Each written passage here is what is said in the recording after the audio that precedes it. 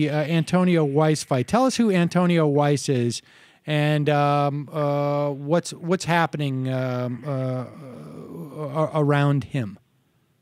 So he's a guy who his career has been in mergers and acquisitions. He's been setting up big global buyouts for 20 years or so for a private equity firm, and he's been tapped to be the number 3 guy at the Treasury, which would oversee the implementation of Wall Street reform and handle the portfolio of debt that the Treasury has.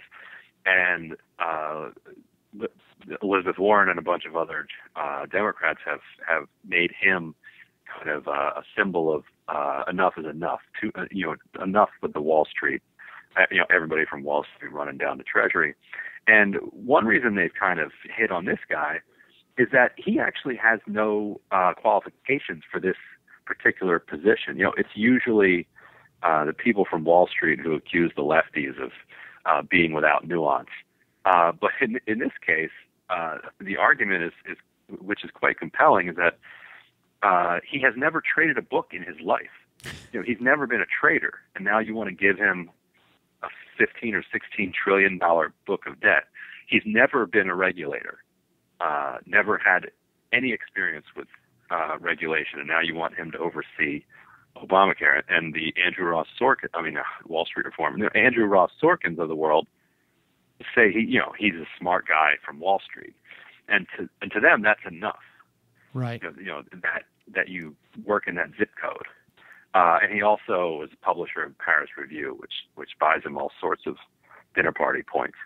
But you're seeing an increasing number of moderate Democrats in the Senate coming out and saying no to this guy. So Warren has really kind of laid down the gauntlet here, that this is a hill she wants to die on. So it'll be. I think she has a good chance of winning. And if she does win this fight, I mean, it just seems to me that every time something like this goes her way, it increases her authority, I guess, in the Senate. Yeah, that's right, and it also sends a signal that things are changing slightly, and that's actually one thing that Sorkin has said, that if you do this, nobody from Wall Street's going to want to come work in Washington, as if that's a huge threat. Right. Because there's this a worldview that the only and most talented people on the planet all work in finance in New York, and the government would be unable to operate if people couldn't come from New York and work in the government for a few years. And actually we didn't touch on the grossest part of it, which is that he has a clause in his contract, which a lot of the Wall Streeters have, that if he leaves to go do government service, his options all immediately vest. And so he would get a $20 million payout that he otherwise wouldn't have gotten in order to go work for the government, which you don't have to think about that for long to get how obscene that is. Well, it's obvious. It's the Wall Street firms really want to promote civil service. They really feel strongly about giving back to the community. One person who works in the industry described it to me as a recruiting tool. They said it's almost never used, but when they're out trying to recruit these very smart college graduates and grad students who don't want to think of themselves as masters of the universe and Wall Street creatures, they tell them, well, look, we have had X number of people in the past go into public service, and they serve the country, and then they return to us, and here are the incentives we have to encourage people into public service. So actually, when they do the recruiting, they do sell it as a noble possibility.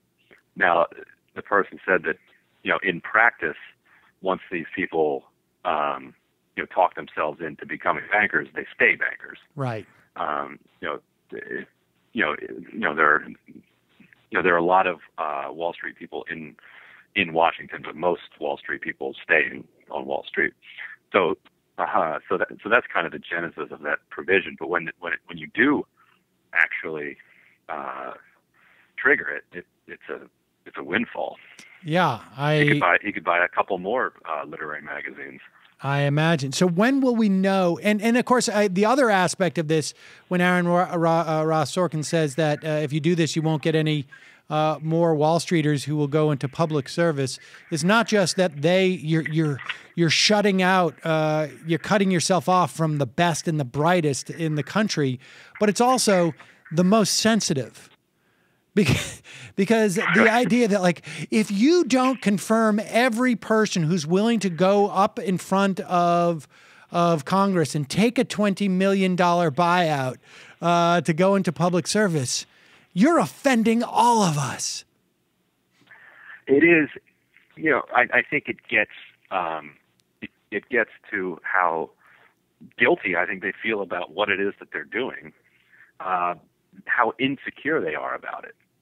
You like poke in the most gentle way at one of these titans of finance, and they just explode like 3-year-olds.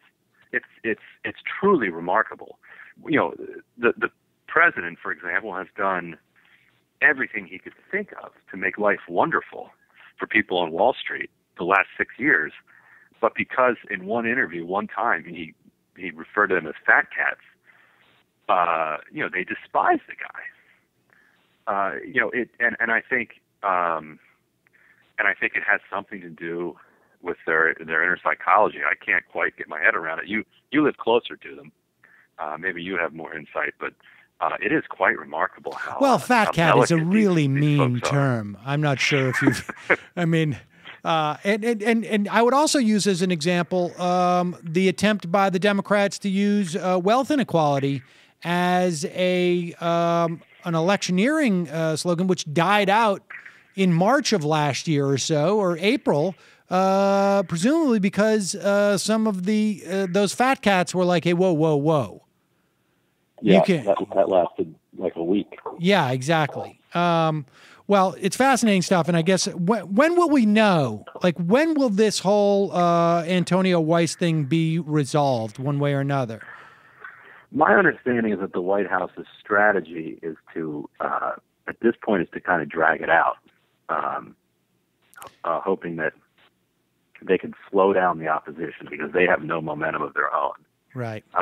And then they can get him into meetings with enough senators, and he can kind of charm them, and he can talk about civil Paris rights, Review, and gay marriage, and the Paris Review, and reproductive freedom, and all of the things that he agrees with liberals on, and you say, "Oh, this is a nice guy." Here's the question. Does he lose the $20 million? In other words, when does his stock options vest? Does he actually need to get confirmed, or is it enough for him to be floated as a nominee to get the $20 million? Because, if he's going to lose the immediate, he's not going to lose the $20 million. He's not going to be able to get it immediately. Then I'm going to have a lot of sympathy for the guy. That's an excellent question. And I'm being facetious. There might be layoffs at the Paris Review coming. That's right. Well, there you go. Ryan Grim, once again, I've helped you out. You get scooped by Breitbart on the whole Hannity thing. But now you know the central question: will Antonio Weiss get his $20 million, even if he is rejected? We'll go find it out by the Senate. We'll track it down for you. Ryan, thank you so much.